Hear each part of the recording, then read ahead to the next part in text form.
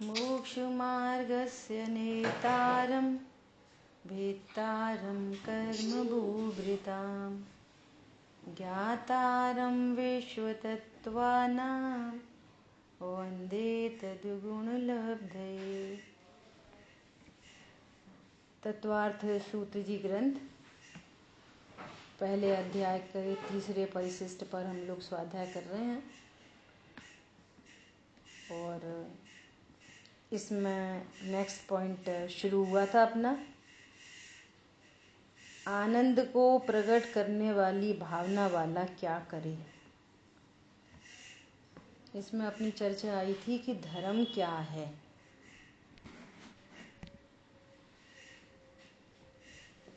140 से चल रहा था। आनंद से प्रकट करने वाला क्या करे हो गया था। धर्म क्या है? धर्म चारित्र गुण की शुद्ध परिणति का नाम धर्म है।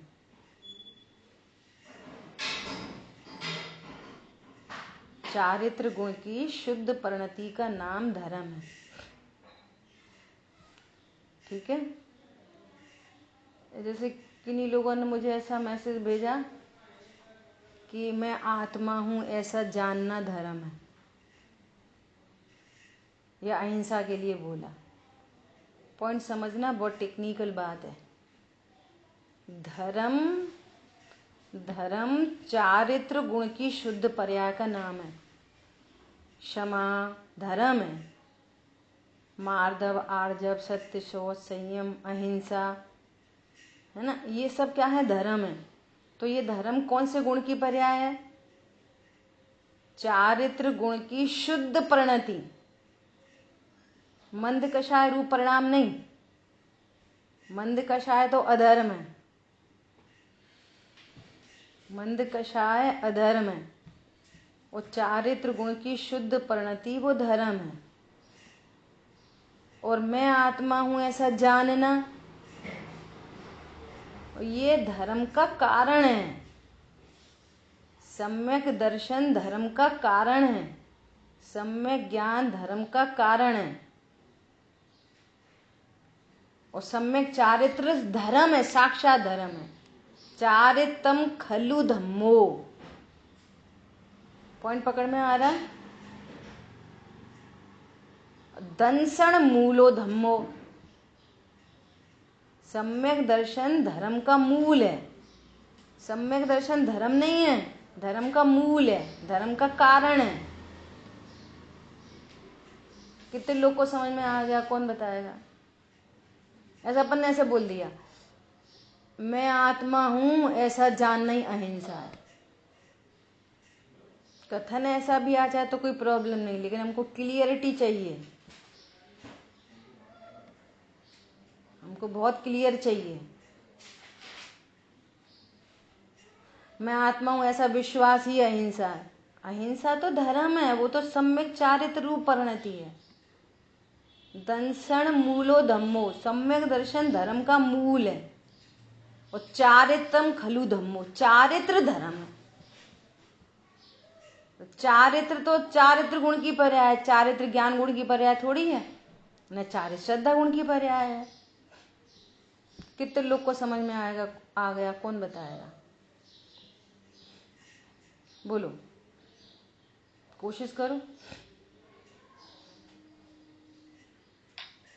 जो चारित्र धर्म है वो चारित्र गुण की शुद्ध पर्याय है, और जो सम्यक दर्शन है वो उसका एक एक करके सपना जी बोल रही। हाँ, सम्यक दर्शन उसका कारण है, वो धर्म नहीं है। वो शुद्ध जो चारित्र में हो रहा है वो शुद्ध मतलब धर्म है, वो जो चारित्र में प्रकट हो रहा है। बराबर, बहुत अच्छा। बोलिए अजीत भाई साहब। इसमें दीदी ऐसा भी कह सकते हैं कि सम्यक दर्शन जो है, या रत्नत्रय कह सकते हैं, रत्नत्रय जो है धर्म को प्रकट करने का कारण है। नहीं, अब तो आप करेक्शन करो अपने आप में ही। देखो, रत्नत्रय मतलब रत्नत्रय नहीं, सम्यक दर्शन, सॉरी। हाँ, रत्नत्रय में 3 हो ही गए, सम्यक दर्शन, सम्यक ज्ञान, सम्यक चारित्र। तो सम्यक चारित्र साक्षात धर्म है। जो अहिंसा है ना वो चारित्र गुण की शुद्ध पर्याय है। जो क्षमा है वो चारित्र गुण की शुद्ध पर्याय है। जो निशंकता है वो चारित्र गुण की शुद्ध पर्याय है। जो निर्वांशकता है वो चारित्र गुण की पर्याय है। आलोचना, निंदा, गरा, प्रतिक्रमण, सब जो नाम देने हैं वो सब चारित्र गुण की शुद्ध पर्याय है। निंदा, गरा, प्रतिक्रमण, आलोचना, मार्दव, आर्जव, ब्रह्मचर्य, अपरिग्रह, है ना, ये सब चारित्र गुण की शुद्ध पर्याय है। पर ये चारित्र गुण की शुद्ध पर्याय प्रकट कैसे होगी? कि सम्यक दर्शन पूर्वक, सम्यक ज्ञान पूर्वक, है ना। और कारण पे जाओ कि सम्यक दर्शन पूर्वक। सम्यक दर्शन कैसे होगा? ज्ञान पूर्वक। ज्ञान कैसे होगा? आगम के अभ्यास से, भेद विज्ञान से। और बैक में चले जाओ। समझ आई बात? ये बहुत समझने की बात है। तो फिर अपन सीधा तीनों को, सम्यक दर्शन, सम्यक ज्ञान, सम्यक चारित्र, तीनों को हम क्या बोलते हैं? तीनों को रत्नत्रय, मोक्ष मार्ग, तीनों को बोलते हैं हम मोक्ष मार्ग। तीनों में कोई कारण है और कोई कार्य है। हम उपचार से बोल सकते, औपचारिकता से बोल सकते कि भैया स्वभाव को जानना ही धर्म है। स्वभाव को जानना ही धर्म है। तो धर्म तो चारित्र गुण की पर्याय है। बोलो, अभी किसी को प्रश्न है तो पूछ सकते हैं। निधि जी कुछ बोल रहे? जी मैं ये कह रही थी कि सम्यक दर्शन होने के बाद जो स्वरूप में स्थिरता होती है और जैसे जैसे वो बढ़ती है उसका नाम धर्म। वो फर्स्ट अटेम्प्ट में बाद और पहले नहीं, वो तीनों पर्याय एक साथ उत्पन्न होती हैं, पहले बाद नहीं। पहली बार सम्यक दर्शन हुआ तो सम्यक ज्ञान भी हुआ, सम्यक चारित्र भी हुआ। अनंतानुबंधी के अभाव रूप सम्यक चारित्र हुआ। अब सम्यक दर्शन बना रहेगा और चारित्र में वृद्धि होती चली जाएगी। वो धर्म बढ़ता चला जाएगा, उसकी वृद्धि होती चली जाएगी, कषाय मिटती जाएंगी। जितना जितना स्थिरता विशेष होगी। जैसे रत्नत्रय प्रकट हुआ तो उसमें कोई तो कारण है और कुछ कार्य है, दोनों ही होंगे। बराबर है ना? बराबर। हाँ बिल्कुल समझा। सम्यक दर्शन और सम्यक ज्ञान कारण है और सम्यक चारित्र कार्य है। तो धर्म जो है वो सम्यक चारित्र है। और अपने मूल, अभी आएंगे इसमें सब, अपने मूल सूत्र हैं। दंसन मूलो धम्मो, धर्म का मूल सम्यक दर्शन है। वृक्ष का मूल जड़ है। तो जड़ पे फल लगते हैं कि वो ब्रांचेस पे लगते हैं फल? और जो ब्रांचेस के ऊपर फल आया ना वो साक्षात आनंददायी है फल। तो चारित्र तो फल है, जड़ जो डाली ना, जड़ वो मूल है और वो सम्यक दर्शन है। और जो फल प्रकट हुआ उसका वो है आनंदकारी, वो धर्म है। और इसलिए उसकी वृद्धि से आनंद बढ़ता चला जाता है। वो फल और पक गया और पक गया, मीठा हो गया और बहुत सारे अनंत अनंत अनंत अनंत फल लगे हैं।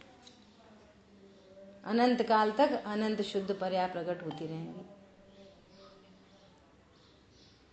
समझ आ गई बात? तो ये थोड़ी सी सावधानी रखनी है। देखो अपन ने कहां तक पढ़ लिया था? ये एक पैराग्राफ कोई पढ़ेगा, अपनी अवस्था में जो एक पैराग्राफ आप लोग से कोई पढ़ो। हाँ सपना जी पढ़िए। जी स्टार्टिंग से ही पढ़ रही है। हाँ हाँ। जगत के जीवों को सुख चाहिए है और सुख का दूसरा नाम धर्म है।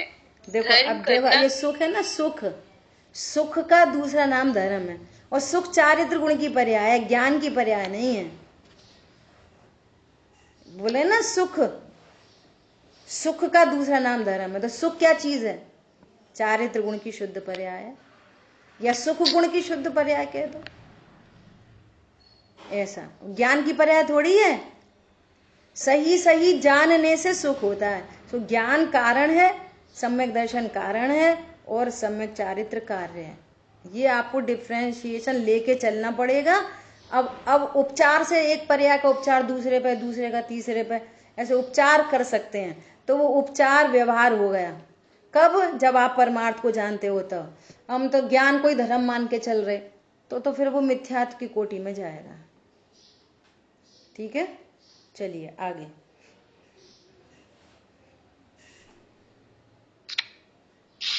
इसमें सुख के कारण को जो है सम्यक दर्शन नहीं कह सकते ना। सुख गुण तो जो है दो गुण की पर्याय होगी।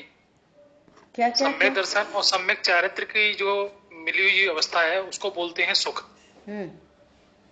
ठीक है, तो उसमें सुख गुण को सुख गुण की पर्याय ऐसा नहीं कह सकते ना, क्योंकि उसमें सम्यक दर्शन सम्मिलित है।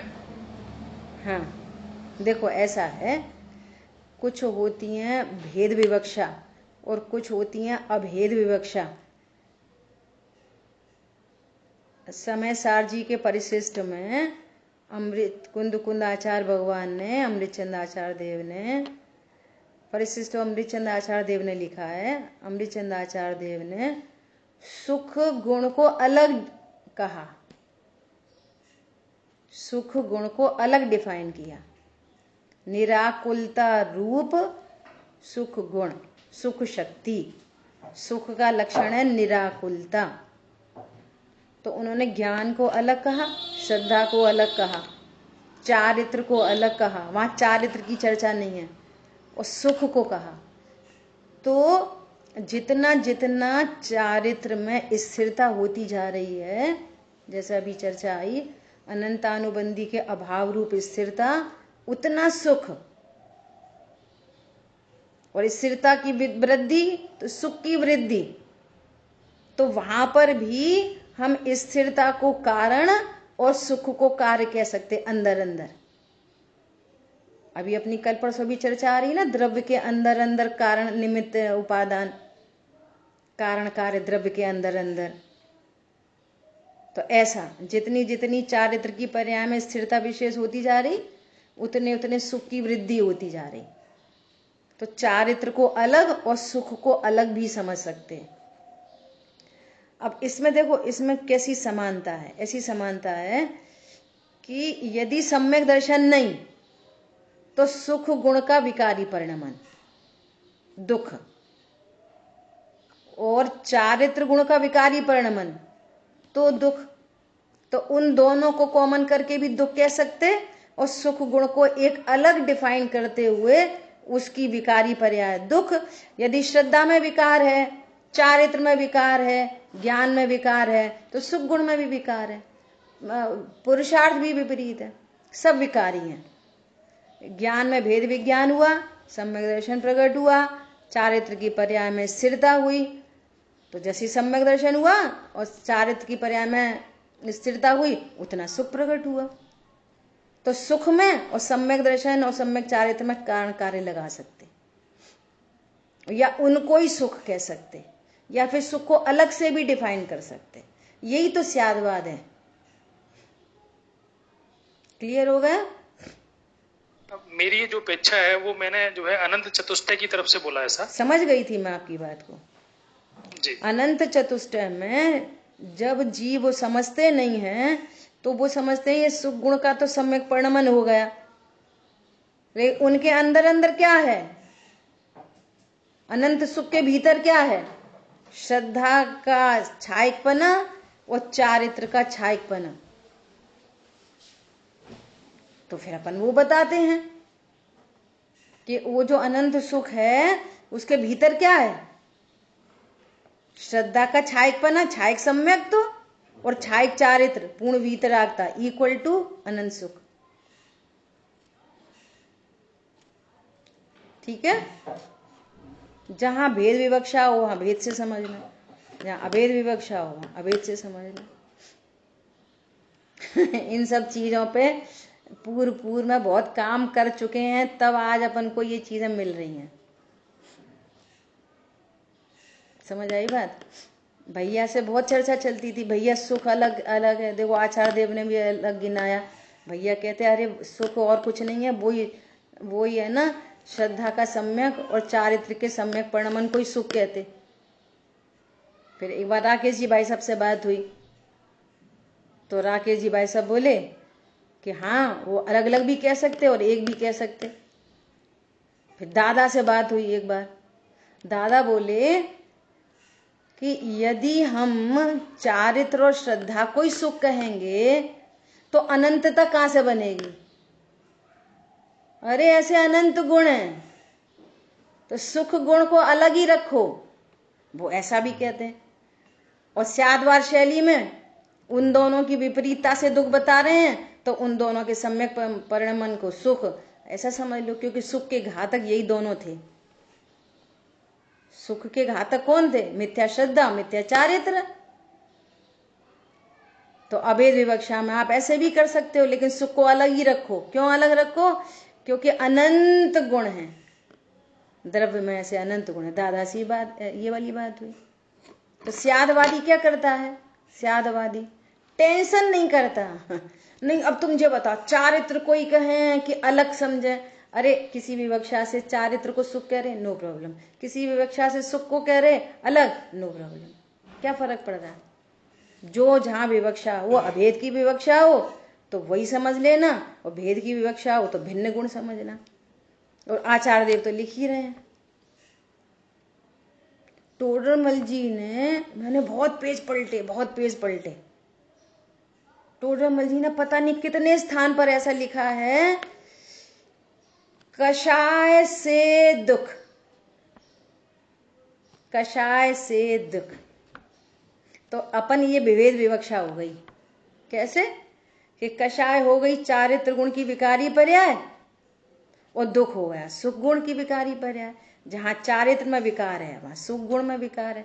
तो दो अलग अलग दिख रहे हैं ना, कषाय से दुख, दो अलग अलग चीजें दिख रही। और एक जगह ऐसा भी लिखा, कषाय ही दुख है। समझ में आ गई बात? अरे दुख कोई अलग चीज थोड़ी है, कषाय इटसेल्फ दुख है। तो ये अभेद विवक्षा हो गई। और फिर कहीं कह रहे हैं कषाय से दुख, तो ये भेद विवक्षा हो गई। ऐसा बोलिए दीदी, फिर ये अपेक्षा कैसे समझ में आएगी? मतलब ऐसे ही समझ में आएंगी। चर्चा करते करते, स्वरूप समझते समझते अपना ज्ञान मैच्योर होता चलता है, समझ में आती है ये किस विवक्षा से कह रहे, ये किस विवक्षा से कह रहे। देखो मैं कल का एक एग्जाम्पल कोट कर रही है आपको, बहुत गजब का एग्जाम्पल।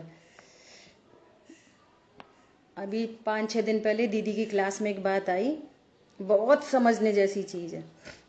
बोली कि एक सेंटेंस है, एक सेंटेंस, क्या सेंटेंस है? एक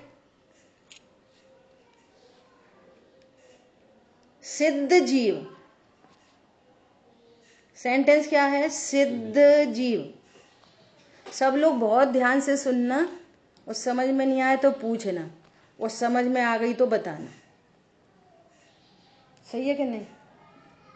समझ में नहीं आया तो पूछना, और समझ में आ गई तो बताना। एक सेंटेंस एक है, सिद्ध जीव। अब इस सेंटेंस को हम प्रमाण का वाक्य कहें कि द्रव्यार्थिक न्याय का वाक्य कहें कि पर्यार्थिक न्याय का वाक्य कहें, सेंटेंस तो एक ही है, वाक्य तो एक ही है ना। अब देखो सिद्ध जीव, तो इसमें जीव त्रिकालीय ध्रुव और पूर्ण शुद्ध पर्यायों से परिणमित आत्मा, आत्मा और पर्याय, तो पूरी वस्तु हो गई ना प्रमाण की, सिद्ध जीव। तो ये कैसा वाक्य हो गया? प्रमाण का वाक्य, है ना। अब दूसरा क्या आया? दूसरा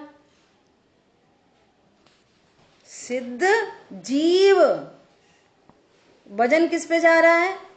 जीव पे, है ना। वजन किस पे जा रहा है? वो जीव दिखा रहे, सुनो, संसारी भी जीव और सिद्ध भी जीव। तो पर्याय को गौड़ करके दिखा किसको रहे? जीव को। सिद्ध भी जीव है। हाँ, ये द्रव्यार्थिक न का सेंटेंस एक ही है, द्रव्यार्थिक न का। तो दूसरा, अरे देखो संसारी जीव है ना, अज्ञान मूढ़ाग्नि से परिणमित है, और ये हैं जो रत्न वो पूर्ण शुद्धता से परिणमित हैं। तो हम किसको फोकस कर रहे हैं? शुद्ध परिणमन को।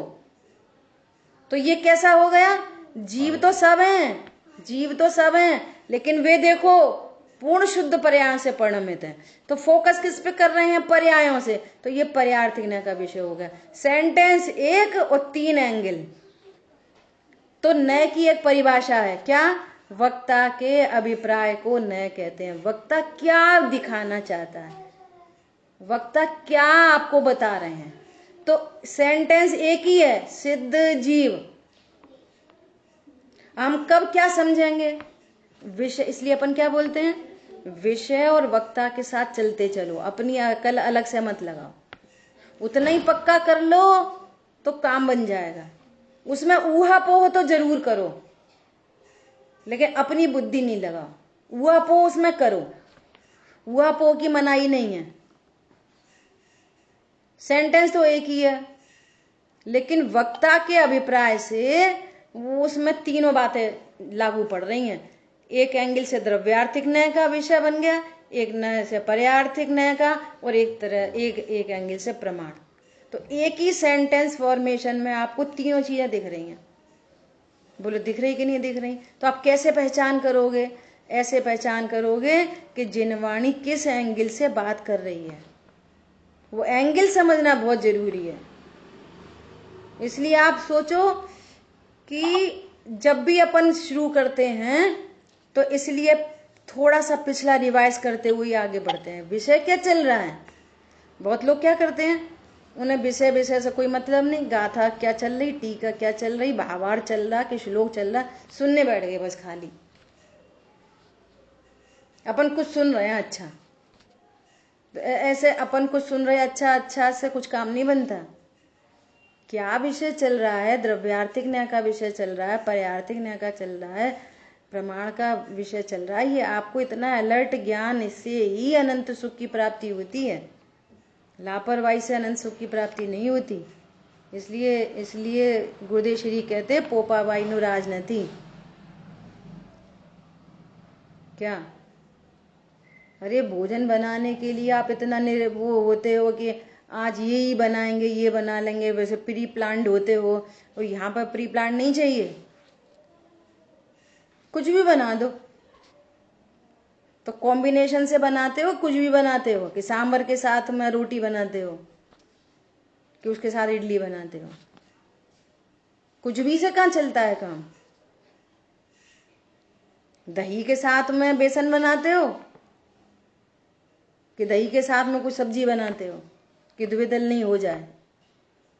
तो इतना विवेक वहां, जो वहां ही नहीं लगाते उनकी तो बात ही नहीं। जो वहां ही इतना विवेक नहीं लगाते उनकी तो बात नहीं, लेकिन जो वहां लगाते हैं तो उससे अनंत गुना विवेक यहां लगाना है, तब काम बनता है। ठीक है, आगे। हाँ बोलिए, अभी कोई और प्रश्न है?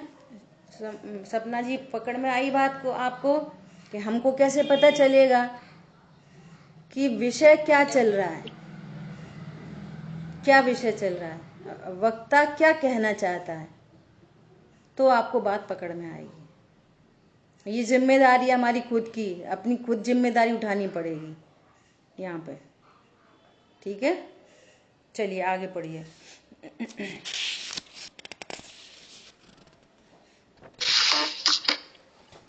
क्या चल रहा है? सुख का उपाय और ज्ञान और समागम नहीं, आनंद को प्रकट करने वाली भावना वाला क्या करे? नंबर 139।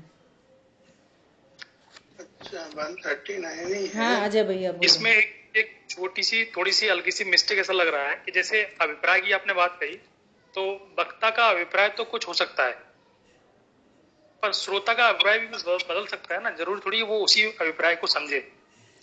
हाँ कई बार ऐसा होता है कि विवक्षा आपकी कुछ और है और मेरे को कुछ और विवक्षा से समझ में आ रहा है वो। हाँ, तो देखो तो आपको अपने ज्ञान को उसी विवक्षा पे ले जाना पड़ेगा। आपको अपने ज्ञान को फॉर एग्जाम्पल कि सीता है, सीता है ना, तो वो सीता जनक की पुत्री है, वो ही सीता राम की पत्नी है, वो ही सीता भामंडल की बहन है, वो ही सीता लक्ष्मण की भाभी है। अब कोई चर्चा चल रही है तो भामंडल की कितने % बहन है? बोलो। 100%। 100%। और राम की 100%। सीता की पत्नी कितनी है? 100%। अब सुनना, ये वाली बात आप कई बार अनुभव करोगे, इन बातों को अनुभव करोगे। कैसा अनुभव करोगे? बात चल रही है किसी विवक्षा से और आप देख रहे हो किसी विवक्षा से, तो आप न्याय नहीं कर पाओगे, अन्याय ही होगा। अब वो बात कर रहे हैं भामंडल की तरफ से, अरे उसकी बहन ऐसी, उसकी बहन ऐसी, उसकी बहन ऐसी, उसकी बहन ऐसी। तो उस समय राम को भी उसी एंगल से समझना पड़ेगा। ओहो, एक बहन भाई की बहन ऐसी है, और बोले तेरी बहन कहाँ? मेरी पत्नी, मैं तो मेरी विवक्षा लगाऊंगा। तेरी विवक्षा से बात चल रही, तुम अपनी विवक्षा रखना। अभी तो बहन की विवक्षा से बात चल रही है। घरों में ऐसा होता, दामाद साहब होते, दामाद, तो दामाद अपने एंगल से लड़की की बात कर रहे हैं, अपनी पत्नी की। वो कह रहे हैं वो ऐसा सुनती है, ऐसा नहीं सुनती, इतनी बात मानती, इतनी नहीं मानती। और हम सुन रहे हैं बेटी के एंगल से, तो हम क्या बोलेंगे? हमारी बेटी तो बहुत अच्छी है, हमारी बेटी। अरे तुम्हारी बेटी अच्छी है, हो सकती है, लेकिन वो ही किसी की पत्नी है, वो बेटी का तो पूरा काम रोल पूरा प्ले कर रही है, लेकिन पति के एंगल से देखो और अपनी बेटी को। अब क्योंकि आपके सामने पति अपने एंगल को लेके आया है, और आप उसका एंगल तो सुनो नहीं। जैसे माँ से तो बेटी ऐसा बोल सकती है, क्या बोल सकती है? मम्मी ने बोला चाय बना, तो माँ ने बोली, वो बेटी बोलती है अरे मम्मी आप ही बना लो, मैं तो अभी पढ़ के आ रही हूँ। तो ये माँ से तो चलेगा, और वो पति से बोले तो जो भी है वो माँ के साथ करती है, वही भी है पति के साथ कर सकती है। तो पति के एंगल से जब देखोगे तो आप न्याय कर पाओगे। विवक्षा क्या चल रही है? अब बात चल रही है बेटी की और विवक्षा लगा रहे हो पत्नी की, तो सेटिंग ही नहीं बनेगी। हम बात कर रहे हैं नित्यता की, द्रव्यार्थिकने से, और तुम देख रहे हो क्षणिक पर्यायार्थिकने से। भगवान बात कर रहे हैं अभेद की और आप भेद देख रहे हो, तो बात ही नहीं बनेगी। पॉइंट समझ में आया? भेद विवक्षा से बात हो तो भेद विवक्षा समझो, अभेद विवक्षा से बात हो अभेद विवक्षा समझो, सामान्य की बात हो तो सामान्य से समझो, विशेष की बात हो तो विशेष से समझो, नित्यता की बात हो नित्यता से समझो, अनित्यता की बात हो अनित्यता से समझो। भैया वो ये कह रहे हैं राजा राणा छत्रपति हाथ इनके सवार, मरना सबको एक दिन, अपनी अपनी बात। तुम क्या हो? हम तो अविनाशी हैं, मरते ही नहीं। पॉइंट समझ में आया? तो बात ही नहीं बनेगी। वो ये कह रहे थे कि जिस मनुष्य देह में अभी आप रह रहे हो, इस मनुष्य देह से मोक्ष मार्ग पंचम काल में भी महिलाएं पंचम गुण स्थान तक प्राप्त कर सकती हैं, और पुरुष वर्ग 6वें 7वें गुण स्थान तक जा सकता है। इतनी सुंदर सुपीरियर मोस्ट आपको पर्याय मिली है। ये पर्याय शाश्वत रहने वाली नहीं है, इसलिए तुम झटपट निज हित करो। तुम कह रहे हो हम तो अविनाशी हैं, मरते ही नहीं, अभी कर लेंगे, चाहे तब कर लेंगे। कब कर लोगे? निगोद में चले जाओगे तब कर लोगे। अब विवक्षा लगा रहे हैं क्षणिक की, और आप विवक्षा देख रहे हो नित्यता की, तो बात ही नहीं बनेगी। जब बात ये की जा रही है कि भैया अभक्ष भक्षण नहीं करना चाहिए, तो तुम कह रहे हो हम अनाहारी हैं। तो बात ही नहीं बनेगी। जब अनाहारी स्वरूप बताएं तो बोलेंगे भूख किसे लगती है, और जब ये बोले आचार्य भगवान कि अभक्ष भक्षण नहीं करो, तब ये बोलेंगे हम अनाहारी हैं। इसलिए तो मिक्स मैचिंग होती रहती है, बात क्लियर नहीं होती। हमें यही समझ में नहीं आ रही हम ऐसे हैं कि वैसे हैं। वस्तु में अनंत पहलू हैं, तो आप अनंत पहलुओं से, अनंत विवक्षाओं से बात समझनी पड़ेगी। वस्तु अनंत धर्मात्मक है। ठीक है, बढ़े आगे अजय भैया। चलो सपना जी पढ़िए।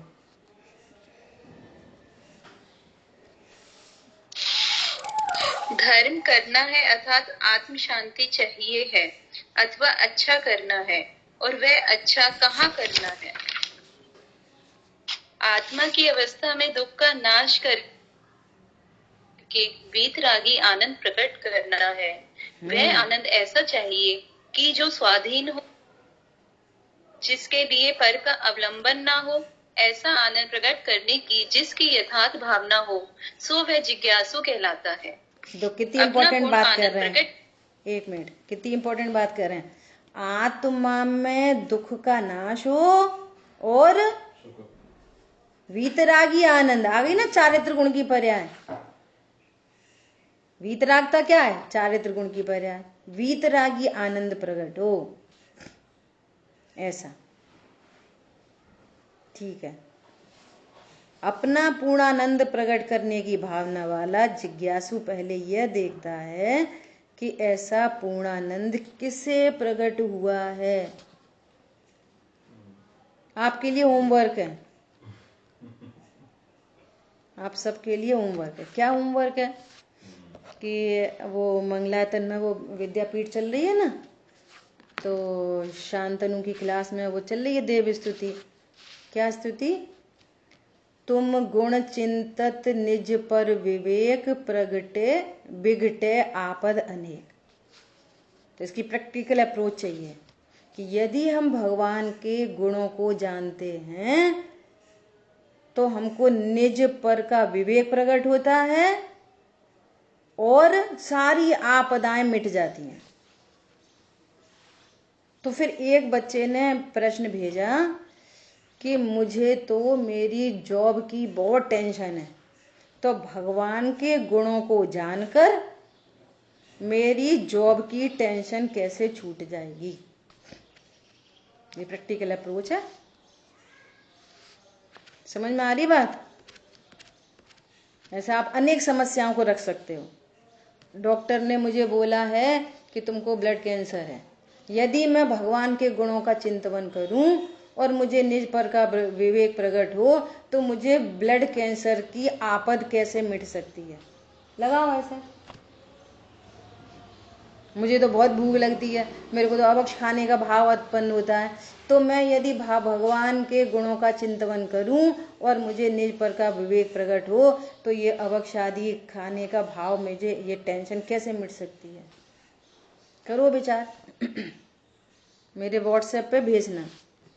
ये होमवर्क है। कोई भी एक समस्या को रख के जो आपकी अनुभूत समस्या हो, वो समस्या को रख के और फिर सॉल्यूशन देखना कि भगवान के गुणों का स्मरण करके अनेक समस्याएं कैसे मिट सकती हैं।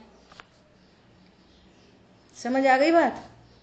सो कह रहे हैं कि पहले जो जिज्ञासु है उसको पहले ये निर्णय करना चाहिए कि ऐसा पूर्णानंद किससे प्रकट हुआ है। ऐसा आदर्श कौन है हमारा? इस दुनिया में कोई ऐसा है कि नहीं जिसको पूर्णानंद प्रकट होता है,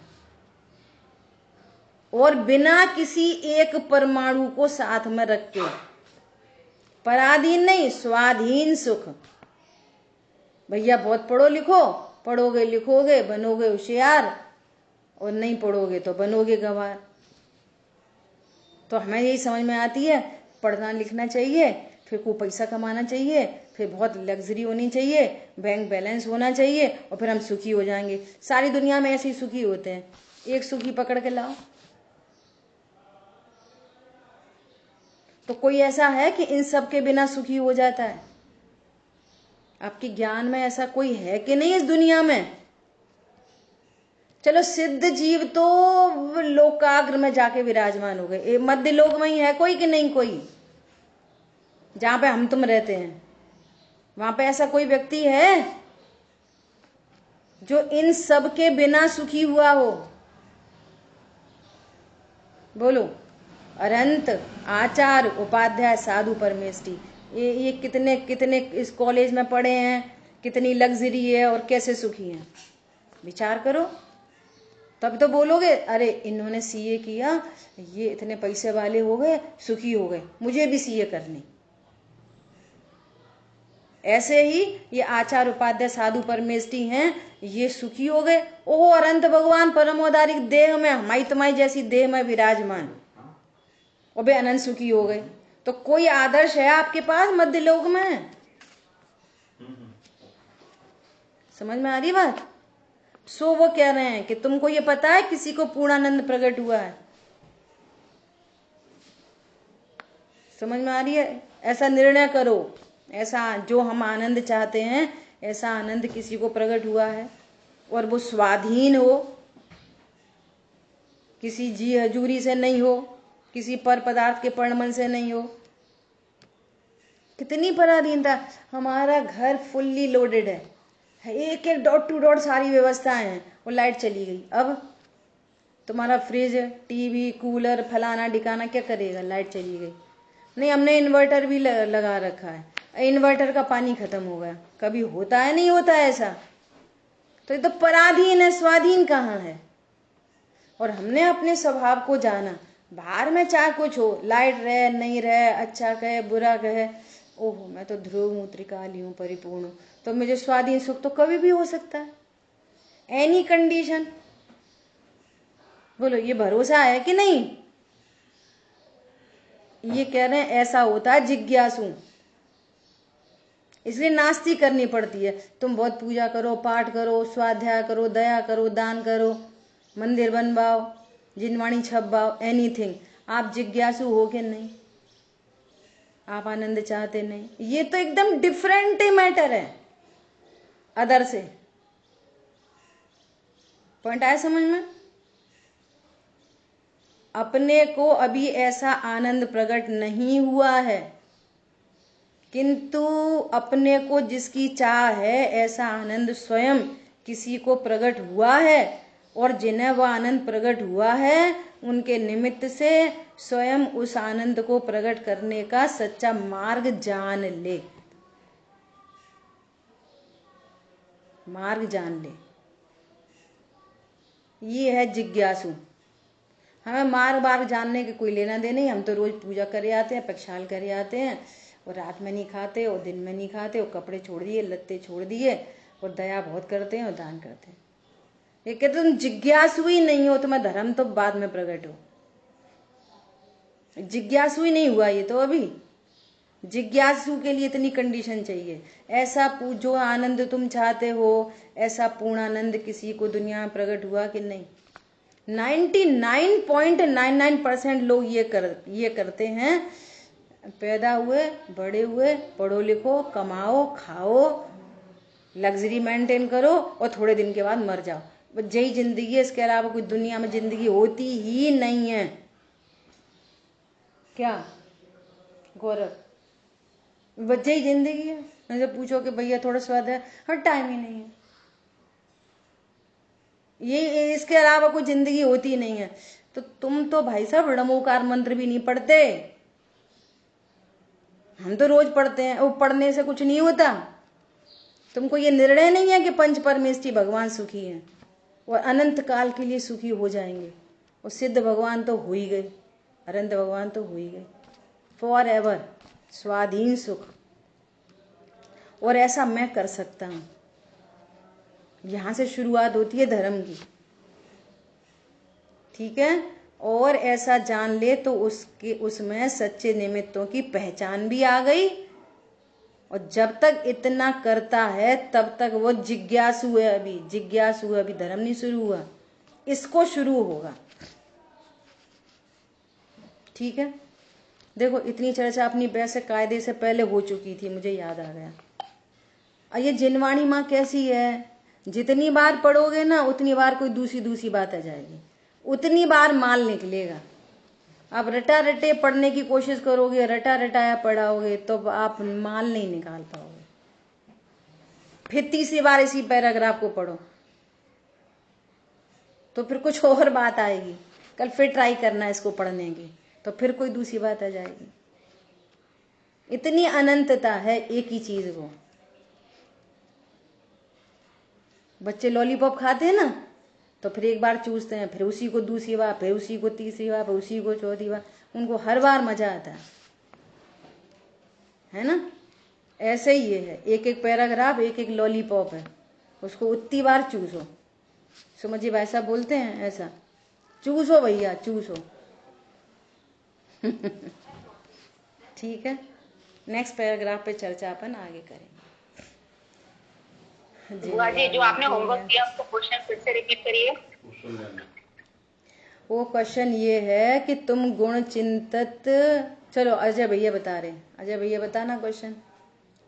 कोई भी ऐसी जीवन में समस्या जो आपको लगती हो और उसे जो बीतरागी देव के गुणों का चिंतन करने से वो कैसे मिटेगी, ये क्वेश्चन है। सबको भेजना है, जितने लोग सुन रहे हैं अभी। ग्रुप पे पोस्ट कर देंगे क्वेश्चन। हाँ कर देंगे, ठीक है। Thank you. ओके। जिनवाणी के ज्ञान से सूझे लोकालो, सोवाणी मस्तक नमो सदा देत हूँ दो। बोलिए द्वाशांगमयी जिनवाणी माता की जय हो। जय जिनेन्द्र सभी को। जय जिनेन्द्र सभी को।